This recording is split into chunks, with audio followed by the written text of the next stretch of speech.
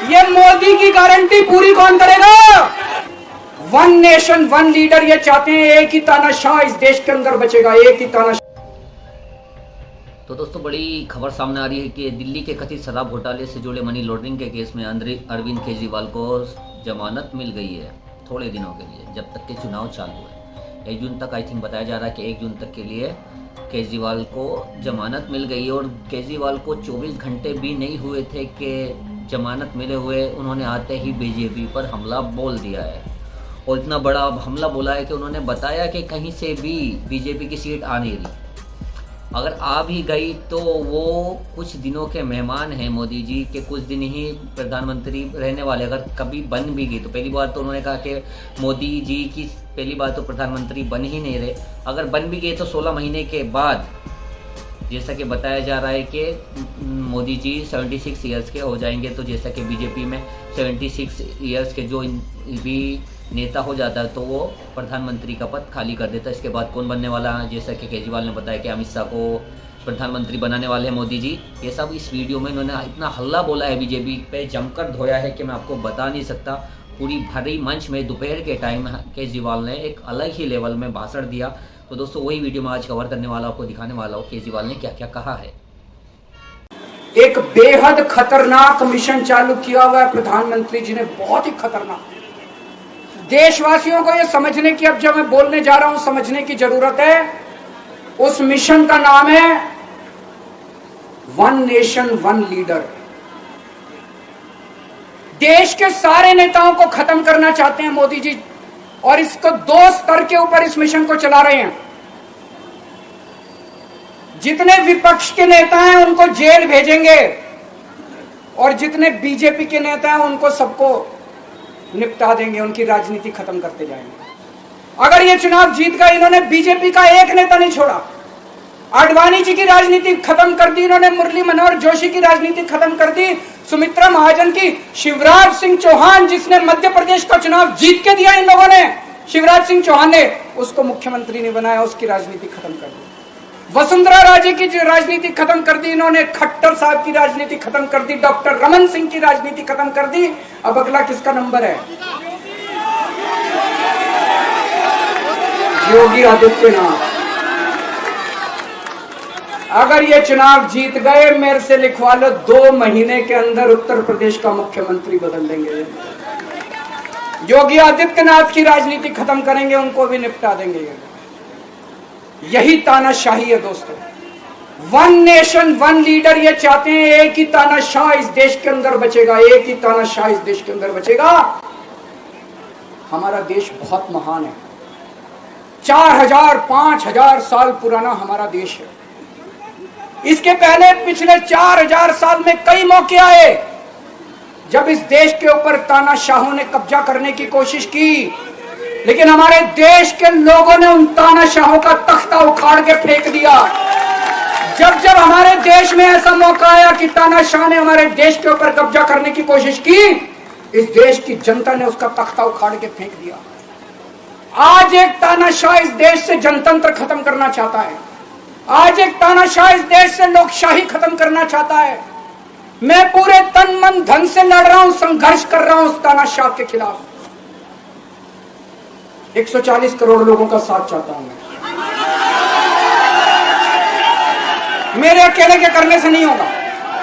140 आज मैं आप लोगों से भीख मांगने के लिए आया हूं, 140 करोड़ लोगों से, 140 करोड़ लोगों से भीख मांगने के लिए आया हूं। मेरे देश को बचा लो, मेरे भारतवर्ष को बचा लो, मेरा भारत बहुत महान है। इस तानाशाही से बचा लो मेरे दोस्त, मेरे देश को।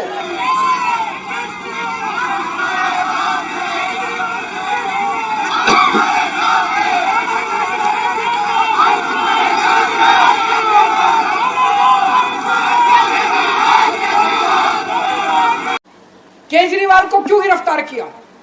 केजरीवाल को गिरफ्तार करके उन्होंने एक मैसेज दिया है सारे देश को कि अगर मैं केजरीवाल को गिरफ्तार कर सकता हूं तो किसी को भी गिरफ्तार कर सकता हूं।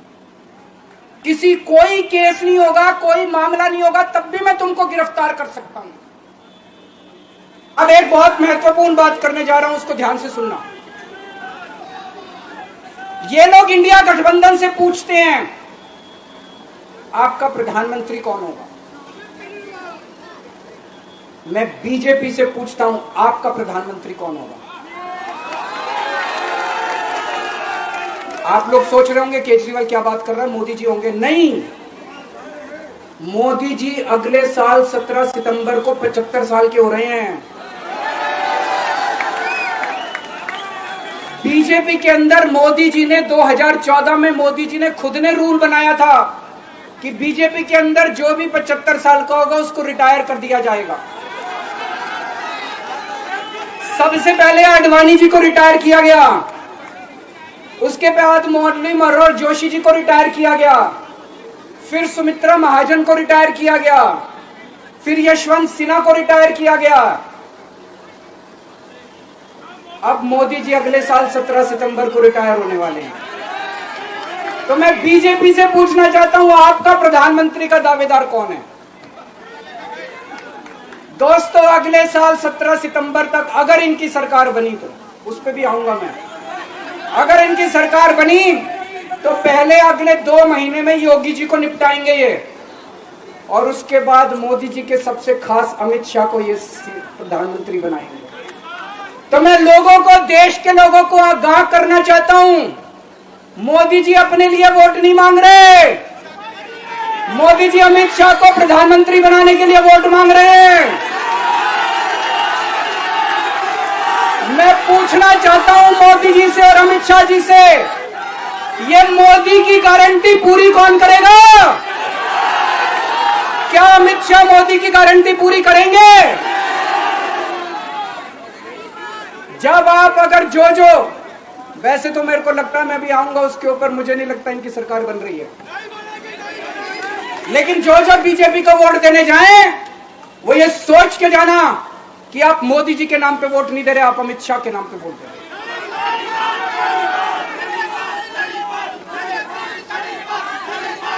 अब एक खुशखबरी है आप लोगों के लिए, अब एक खुशखबरी है, सबको बता देना जो मैंने बातें कही है बड़ी सोच समझ के कही है।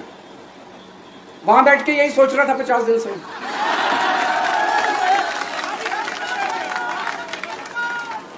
दोस्तों, पूरे देश के मेरे को बाहर निकले हुए 20 घंटे हो गए।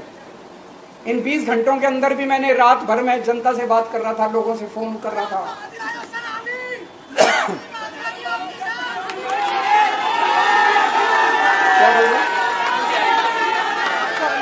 रात को आंधी आई थी,